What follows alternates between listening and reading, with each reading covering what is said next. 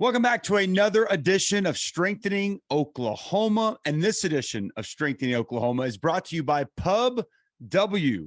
Whether it's brunch, lunch, happy hour, or dinner, Pub W has it all. Visit pubw.com to find a location near you. We continue to talk about and recap an outstanding 49-14 Oklahoma victory over Nebraska last weekend and Lincoln, and also continue to look ahead to Kansas State coming into Norman this weekend to get Big 12 play kickstarted. A man to help us recap that fantastic victory, wide receiver, Mr. Drake Stoops. Drake, how you doing today, man?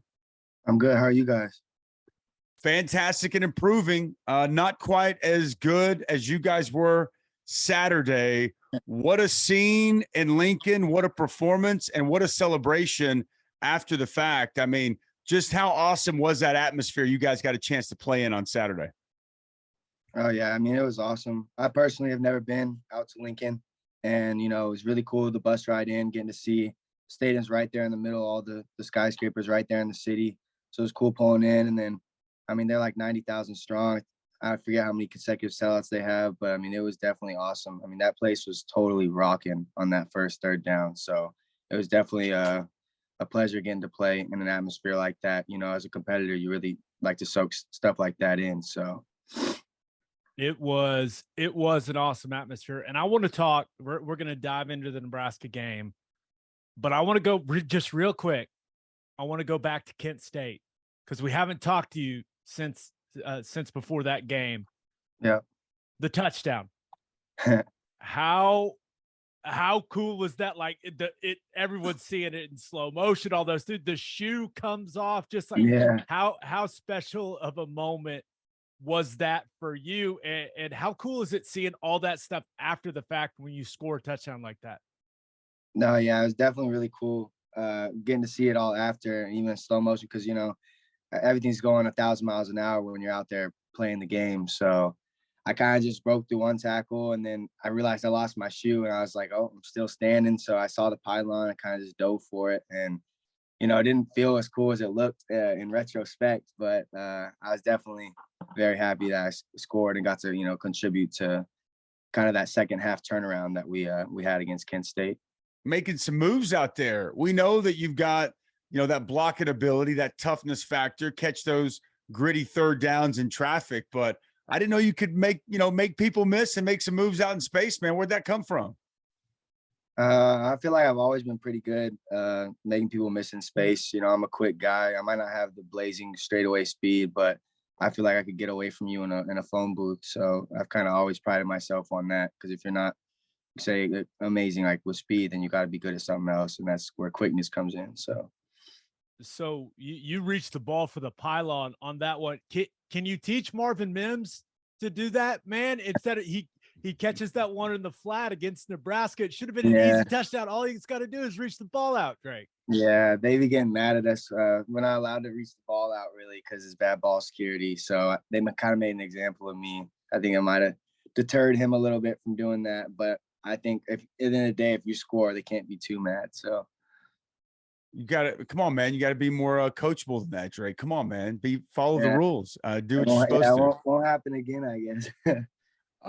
Let's go to Lincoln, though, because that was a game that so many people had been waiting for, anticipating, maybe even the week of preparation, because it seemed like after the somewhat slow start, it was really only 2 possessions before Dylan takes it 61 to the house.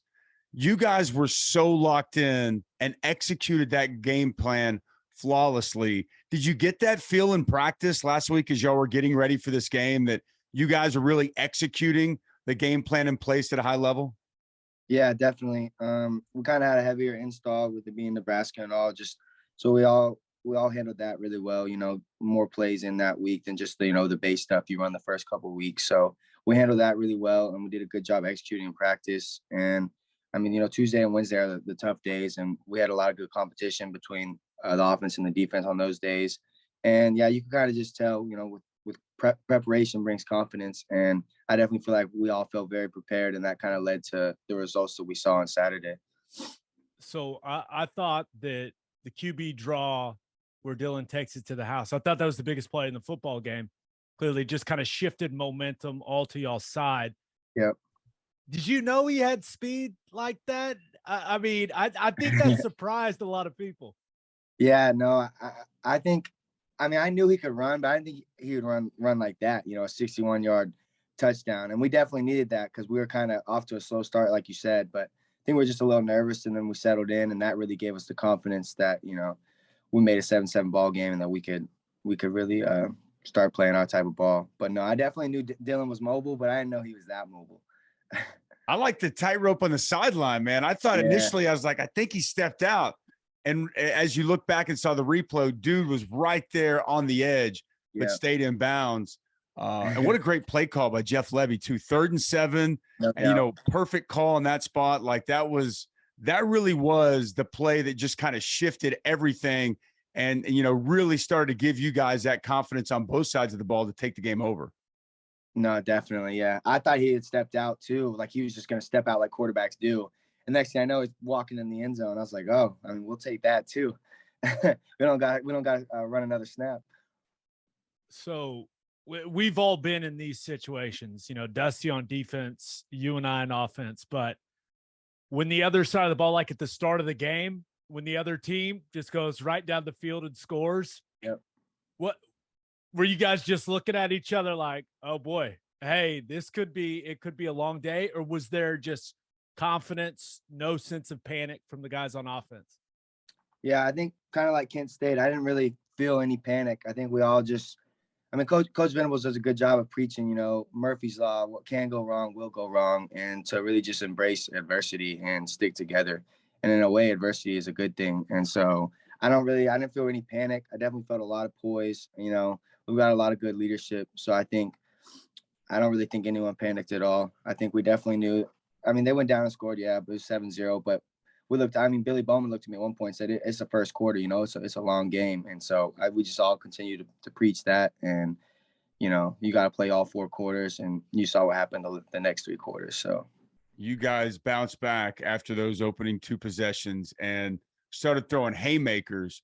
Yeah. And while there's no doubt the Dylan Gabriel play was the most important play, I don't know if it was my favorite play because the double pass, Braden Willis to Marcus Major, I mean, that was like a off the top rope haymaker. And really, I wasn't in the stadium, but it felt like watching on TV. That kind of took the life out of that team and took the life out of that crowd. I know that you guys worked on that in practice. Walk me through that play and just how cool that moment was to be able to connect on that double pass for a touchdown. Oh yeah, I mean that was huge, especially when we just scored before the half. We're coming out of the half, and we get a turnover. They turn the ball over, and then we go down and score again on that play right there. I mean that's a huge momentum shift, and we might as well have received both first and second half kickoffs at that rate. And so yeah, the play though, Dylan he catches it. He has to step up kind of so he can throw a backwards pass, and then B. Will caught it, and then he threw it to Marcus, and Marcus made a good catch and score. Yeah, maybe he could have put it out in front of Marcus a little bit so he didn't have to do his little pirouette or anything. But it was awesome to see. When are they going to let you throw a pass, man? Come on, I know you got that in you, right? Yeah, I used to, but they fired me a couple weeks ago. I was supposed to run one, but I messed it up in practice, so I got fired. But that's all right. That's okay, man. You're getting it done out there, blocking, making catches, continue to impact the game in so many ways. I'll see what I can do. I'll put in a good word. Maybe we can get that rock in your hand and you can toss a touchdown pass. Speaking of touchdown passes or catches, Theo had one. Jalil had one. Who did it better? Who had the better touchdown, Jalil or Theo? I think Theo made a tough catch in traffic, and I think Jalil ran such a good route that he was wide open, and Dylan put the ball on the money on that front pylon. You know, Jalil went on a slant and go, and then Theo was really just a hard-nosed contested catch. He took the hit, and that was pretty cool too. How happy were you for Jalil, right? This is a guy, he hadn't really gotten going in those first 2 games, but had continued to block, you know, continued to do everything the right way. on the field and finally kind of felt like he got rewarded a little bit and it opened up a little bit for him. How'd you feel for Jalil having that moment? Oh yeah, really happy for him. I mean, that's his first career touchdown, his first career touchdown. So that's always a big deal. And in a game like that, when we really needed it, I couldn't be happier for him and for the team. And like you said, I mean, he works so hard. So that's definitely the fruits of his labor. And I think he has an extremely bright future and many more touchdowns to come. No doubt. Talk about that receiver room. We talked with you in training camp, but where do you feel that you guys are 3 games in heading into Big 12 play? I think we're starting to hit our stride a little bit, starting to get the confidence we need. You know, Jalil's a younger guy, which people forget, but, you know, he's really coming along. Marvin's doing his thing, marvelous. And then, I mean, Theo is very consistent. Him and I are older guys, and, you know, we just try and be extremely consistent and leaders in the room and, you know, just continue to push each other and, you know, do our job for the offense. Because when we really get going, I think that kind of sparks things. So you mentioned Marvin. Is he a little different this year? It seems like he's playing with a little more, I don't know, a little more of an edge to him, a little more fire. I mean, he's like screaming after making big plays and stuff. I don't know. He just seems a little different this season to me. Yeah, I mean, I feel like he's the same personality-wise, but I mean, I think they're doing a good job of using him in different ways, outside, inside, stuff like that. And I'm sure he's just hungrier than ever, you know, as we all are, and making those big time plays and big time moments. You can't help but, you know, let that emotion out, you know. As far as I know that you're paying attention to the throw game, but you're always involved in the run game too. You guys ran the football for 312 yards. Eric seems like he's really hitting his stride. Thought the offensive line by far played their best game. When you guys go back and watch it, how much of the receivers looking at, you know, the offensive line, Anton Harrison just doing work on people out there? Like, is that something that's brought up and talked about, or you're more focused on what's happening outside the tackle box? No, yeah, we definitely got to do our part on the perimeter and finishing plays and closing out so our guys don't make the play. But I definitely enjoy watching what goes on inside the tackle box. I mean, everyone doing their job on the offensive line, creating holes, and then the running backs just making people miss in space. I mean, EG made the dude look stupid on that one play in the red zone. Like, he didn't even have to spin him around, but he still did. And yeah, I mean, dude's doing a full 360. He doesn't even know where he's at and scores a touchdown. So rushing the ball is a big part of our offense in that RPO game. So I was down on the sideline, and one thing I noticed, man, LaDainian Washington, like, that's a fiery guy. Yeah, It's coaching you guys a wide receiver. What's it been like since he's taken over in that room, and just what's that relationship like between you and Coach Washington? Yeah, I mean, it's been great. He stepped in when we needed him, and he's a former receiver, so it's been good getting to pick his mind about things. And I think he's growing in confidence too, and he has a great belief in everyone in our room and what we can do.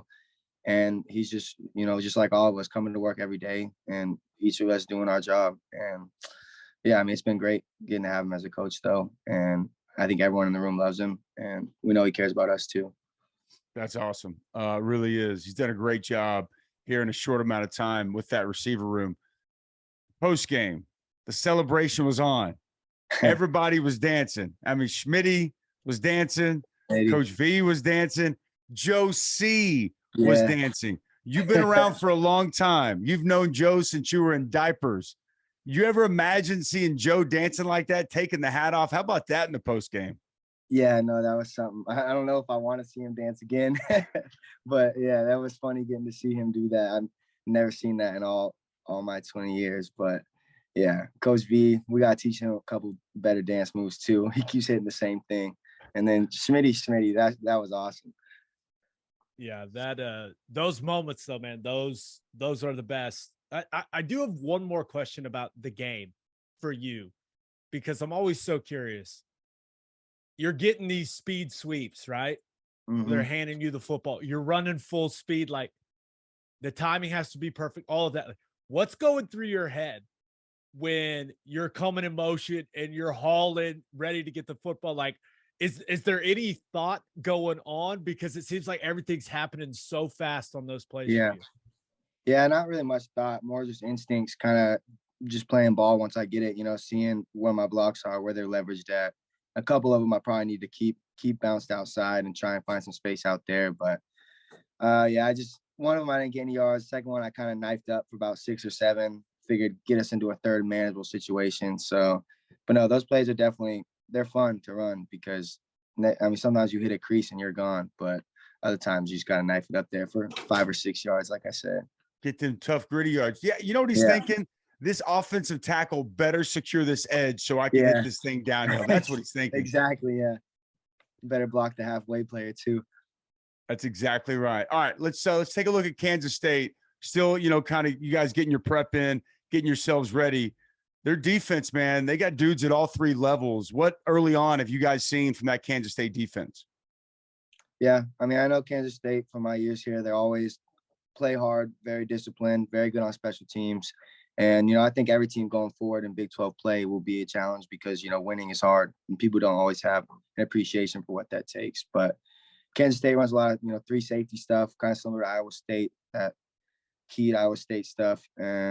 But yeah, like I expect them to play hard, be very disciplined in their zones. And we'll just have to be able to pick apart the drop 8 stuff, find our windows and zones, deliver the ball, and then also be able to run the ball. I think that's always a big thing in 3 safety defenses is you got to start with running the ball.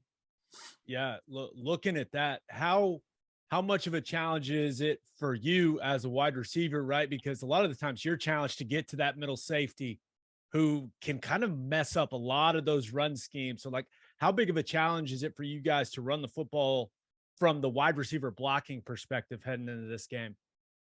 Yeah, it definitely changes up your assignments from blocking the halfway player and like cover 4 defense. Now you got to go in there and get that middle safety because he's the run fitter. So you got to take, different angles. Do you go under the halfway player, over the halfway player? Because if you go over and you don't get there, you might be too late. So it's all about just finding that as the game goes on. How fast is he fitting, stuff like that, and also knowing how we run the pass play and RPO play, stuff like that, and just knowing where you need to get and the angles you need to take and the timing that you need to be on. Mentally, with a team that's going to run more zone than man, and like you said, you have to find those soft spots, be able to set it down, be on the same page with your quarterback. From a mental standpoint, how much more taxing is a game like this than a team that's going to run a bunch of man? Definitely a little bit more taxing because you have to see what's going on the back end instead of just knowing you have to beat the one guy in front of you and it's like clear-cut picture. So definitely a little bit more complicated because you got to see the way the safeties are spinning. Is the robber fitting and they're going to cover 2, or they're going to 3 double cloud and running 3 safeties back with corners running cloud, stuff like that. And then understanding where you're going to get rerouted, how you have to stem your route, stuff like that. There's definitely a lot more going on that you have to process as you're running through the zones. Yeah, there's just a lot of people back there, man. There's a lot of bodies now. And it's unfortunate Kansas State wasn't able to take care of business against Tulane because then this game would have had some serious buzz. But how exciting is it that it's a 7 p.m. kickoff under the lights, prime time on Fox? Like how exciting is that for you and your teammates? Yeah, it'll be awesome. Playing under the lights is always fun, especially here at home. And always playing on Fox is a good thing too. People like to tune into that. And yeah, Tulane's a good team as well. So we don't expect to take them lightly just because of that. And we'll definitely prepare just like we do week in and week out because, you got to win the next one. This one's the most important. And then the next week will be the most important. And just continue on that trend. They're going to be coming in looking to get that bad taste out of their mouths. And they always give Oklahoma their best shot. So it should be a highly entertaining game. Last one, then we'll get to the fan questions for me. Night games. Like, I get it. You got those great lights, but like, what do you do all day? Because I used to be like a bull in a china shop, man, sitting around waiting in that hotel room for a game at nighttime. Like, what do you do to pass the time during the day when you got one of those late night primetime games? Yeah, we got sometime like we got meetings, stuff like that. We have to wake up a little bit later, and then we just got like a couple hours of downtime usually. So I usually just watch college football, kind of run through my plays, stuff like that. Try and keep myself calm until it's really time to get going. But I'm like you, I hate sitting around all day waiting on it. I'd much prefer an 11 a.m. game where you wake up and go at it, because there's no anxiety, no anticipation. You're just as soon as you wake up, you're at it. And that's what I prefer. But me too. I love Yeah. that. Let's just get this thing over with, right? Yeah, let's get this going. Exactly. Time to play some ball. Let's go. It's also time to ask some fan questions, brought to you by Love's Travel Stops. Visit loves.com for more information on the nation's leading travel stop network that's headquartered right here in the great state of Oklahoma. Kirk Crawford wants to know, what is your favorite touchdown catch? The one to beat Texas or the one with your dad on the sidelines in the bowl game? Great question by Kurt. That's a good question. That's a tough one, but probably OU Texas, just because of the implications on that game, and being into 4 overtimes and being able to just play my part and sealing that victory was definitely very cool. And I've grown up going to the Red River rivalry my whole life, so being able to make a play like that in that kind of game was very special. I'm really glad you made that play, because I don't think I could have taken that game lasting much longer, man. No. It just kept going, but it was certainly memorable for a lot of fans, and obviously for you. Okay, this last one comes from Mike H. He asks, do you still notice the crowd chanting Stoops after you make a play, or are you used to it by now? Yeah, I don't really notice it. I don't really hear anything when I'm out there. It's like you're completely zoned in. You kind of zone everything else out.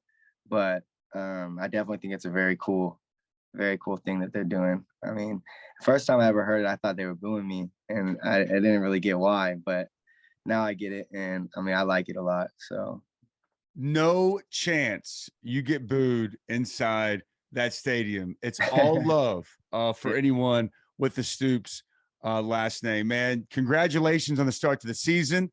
Keep it rolling, and we'll talk to you again next month. Best of luck this week against Kansas State. Stay healthy, man. We'll talk to you soon. Sounds good. Thanks, guys. Appreciate it. All right, there you go. Big thanks to Drake Stoops for joining us here this week. And now it's time for me and my man Gabe to break it down. All right, the breakdown brought to you by the Oklahoma Proton Center. It's one of the top cancer centers in the region using state-of-the-art proton therapy. Oklahoma Proton Center, more than a cure, quality of life. We talked on Monday with Deshaun about the defense. We've got Drake. Let's talk about the offense from that Nebraska game. Gabe, that 61-yard touchdown run by Dylan Gabriel was incredibly, incredibly important. You never know how games go. I'm not here to say if it doesn't happen, they lose. It was clear Oklahoma was a superior team. But given what transpired the first 2 drives, Oklahoma, quick 3 and out, Nebraska goes right down the field. Then Oklahoma finds themselves in a 3rd and 7 on their side of the field. If they don't get that 3rd down and Nebraska gets the ball back and they go down and score again, potentially with all that momentum, crowd going crazy, it's a completely different ball game. I thought the play call by Jeff Lebby was fantastic, anticipating what they were going to be in, able to climb to that 2nd level, really just one backer in the middle of the field.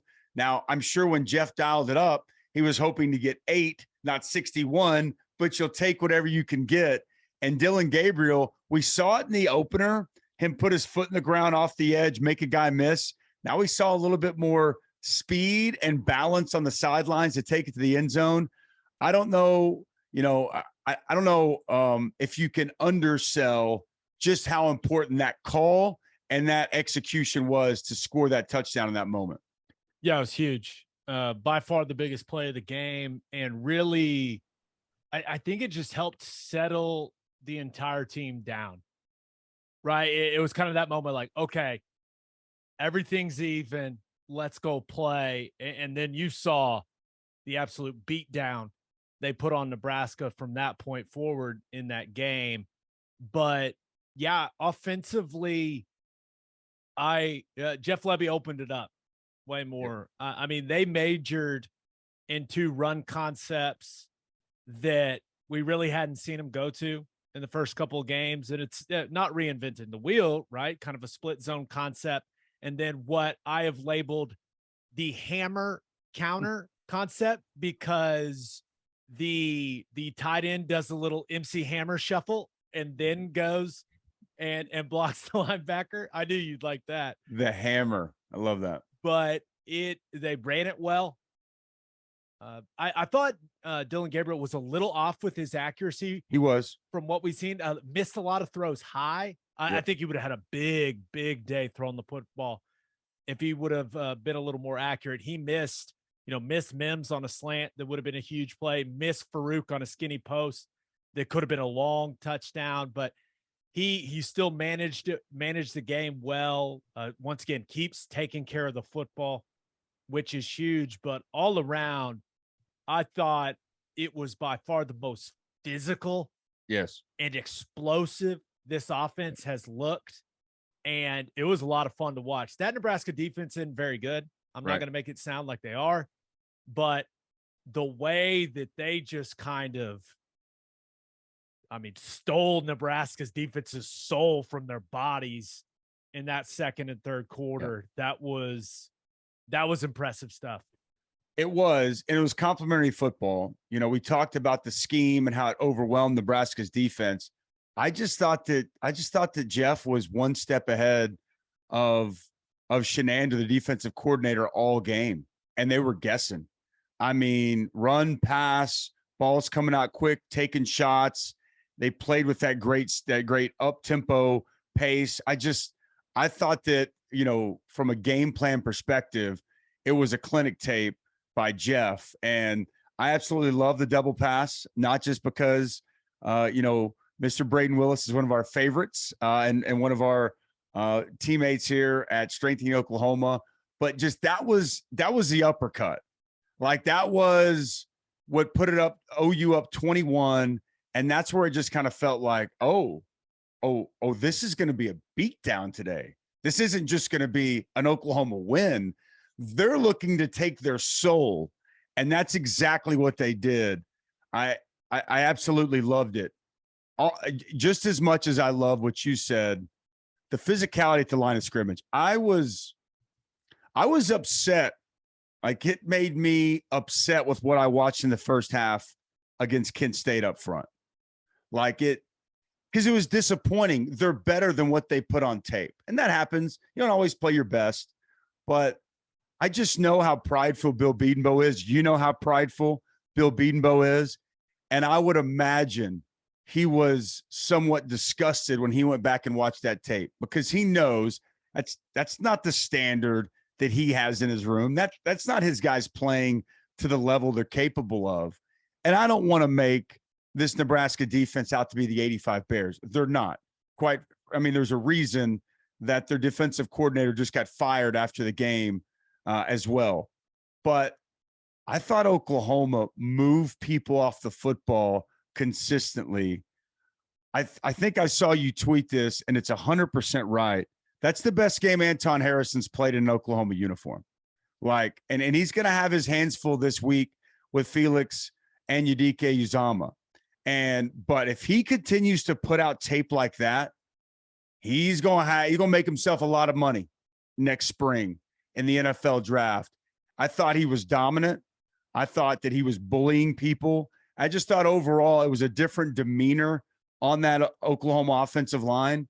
Love seeing Wanye Morris back. Thought he gave him some really good time when he was out there. I think he played over 50 snaps in the game. So, there was a lot of good that came from this. And by the way, Eric Gray, we talked about this coming into the year. He's going to have a chance to really explode, added 12 pounds of weight for in between the tackles.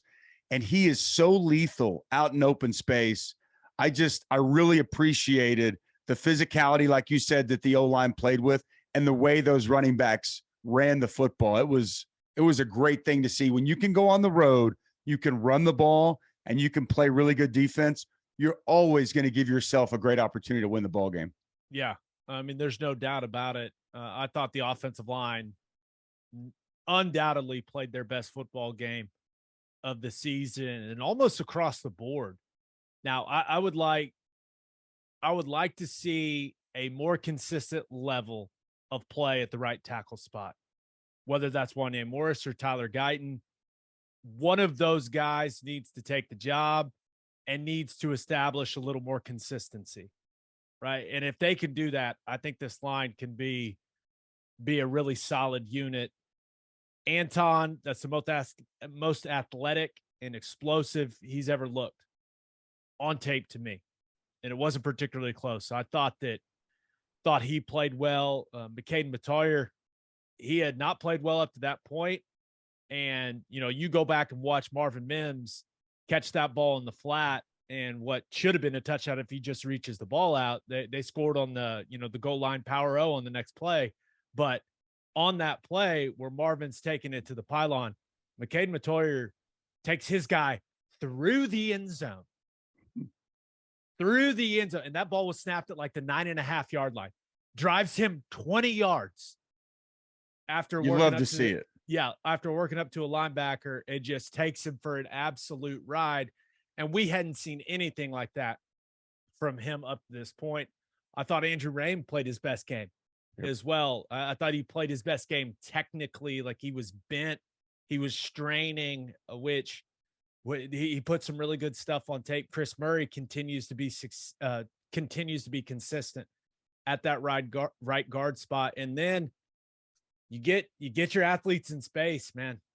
And Eric Gray in space it's tough to bring down. So everything was clicking offensively. If Dylan Gabriel can, fine tune some of those throws, I mean, let's be real. They could have scored 60 at least. They would have hung. It was 63 plus. They called the dogs off. I mean, and Venables, the entire fourth quarter, they were not trying to score. Correct. It felt like. Yep. So to put 49 on the board on the road, especially with the way that game started, job well done. The most points ever scored by Oklahoma on that field. So pretty dang good. I'd say it was outstanding. And again, your quarterback didn't bring his A game. Like that's the scary part. When it all comes together, we did get a glimpse of just how explosive and difficult this offense is going to be to deal with.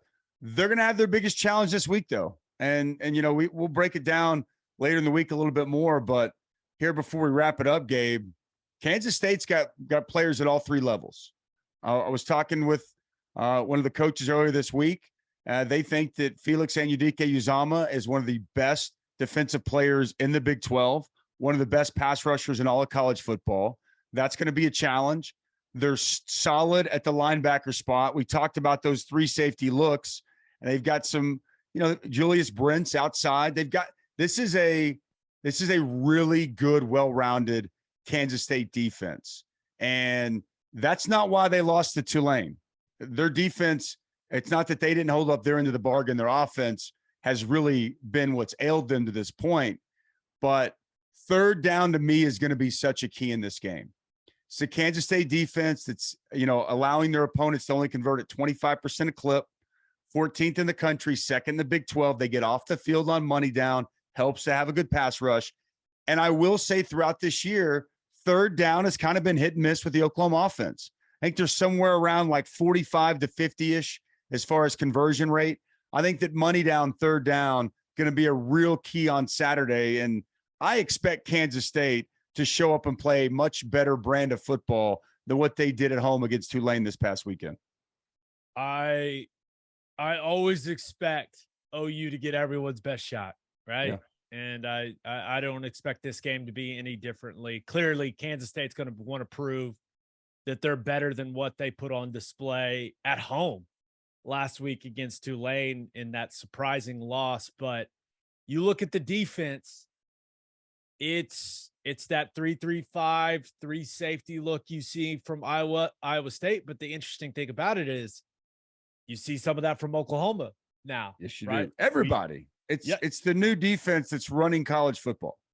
And so maybe that'll give Brent Venables the opportunity, a little good on good in practice, right? Clearly they'll lean on, scout team reps like you always do during the season, but maybe that will get Oklahoma's offense, a more realistic look at what it's going to look like from a speed standpoint.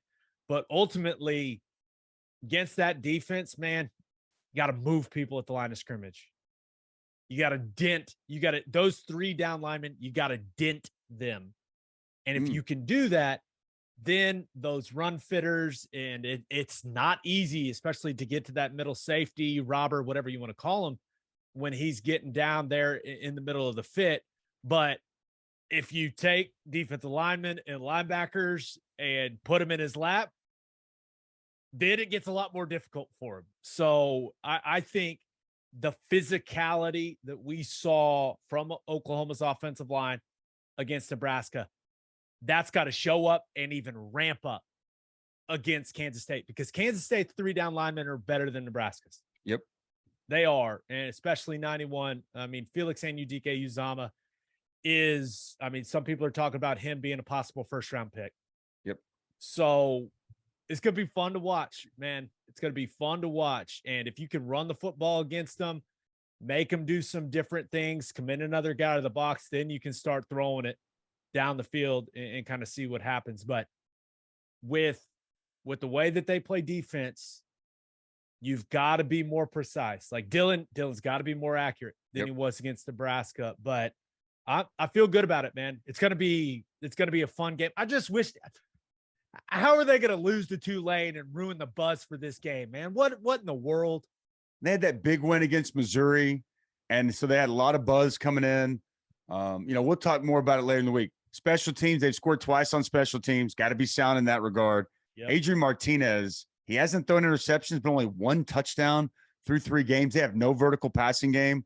It's kind of all just him and Deuce running the football. So they got some limitations offensively, but their defense, and I'm with you on exactly what you said.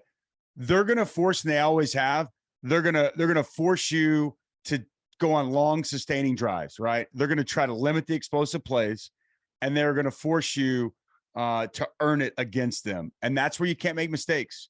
And if you are off, if you're not accurate and a tip ball comes up, that's where this type of defense with a lot of eyeballs on the quarterback converging on routes, that's where tip balls, missed passes can lead to turnovers. And that's the one thing you don't want to allow to happen with Kansas State looking to come in. And look, we both know Chris Kleiman. We know him pretty well. That dude's going to have his team ready to play. He's going to be pissed off all week, and they're going to have a rough week of practice. He's a big-time football coach. He's going to have his team ready coming into Norman, Oklahoma, and I can't wait. It's going to be a lot of fun coming up this weekend. And as far as Uzomah goes, like, he lines up a lot, too, on the offense's left. He'll play both sides, but there's going to be a lot of Anton Harrison. If I'm Anton Harrison, it's a money game. This is a chance to build off of the performance you just had and put on tape as to why you need to be talked about as one of the top tackles in all of college football. Like, embrace that, right? Don't hide from it. Don't be scared of it. Embrace that and recognize I got a real opportunity to make a statement, help impact this team in winning a game and neutralizing one of the premier defensive players in the league. And I also got a chance to start to put some change in my pocket, because you go out and you dominate against that dude, a lot of NFL talent evaluators going to take notice. If NFL scouts and GMs had their way, 91 and 71 every time would go against each other every play. But I will say, if I was Kansas State, other side, I'd put 91 over Oklahoma's right tackle. Me too. All game long, and make one of those guys prove, whether it's Tyler Guyton or Wanye Morris, that they can block him. That's what I do. And if that's the way I'm seeing it, I can't imagine Kansas State's defensive staff isn't seeing the same thing I'm seeing. Let's hope that we just have better vision than they do, because I'd rather have the matchup with 91 on 71 than on the other side of the offensive line. All right, there you go. A little breakdown offensively from the Nebraska beatdown, and then a look ahead to what Kansas State's going to present on the defensive side for this offense. Big thanks, as always, to Muse Growth Strategies for continuing to help us spread the word about strengthening Oklahoma. And as we always do, as we say farewell on yet another episode, thank you to you guys, our subscribers. You're the best. You help fuel this engine. You're making an impact in these players' lives. We thank you. We appreciate you. And we'll see you again next time right here on Strengthening Oklahoma.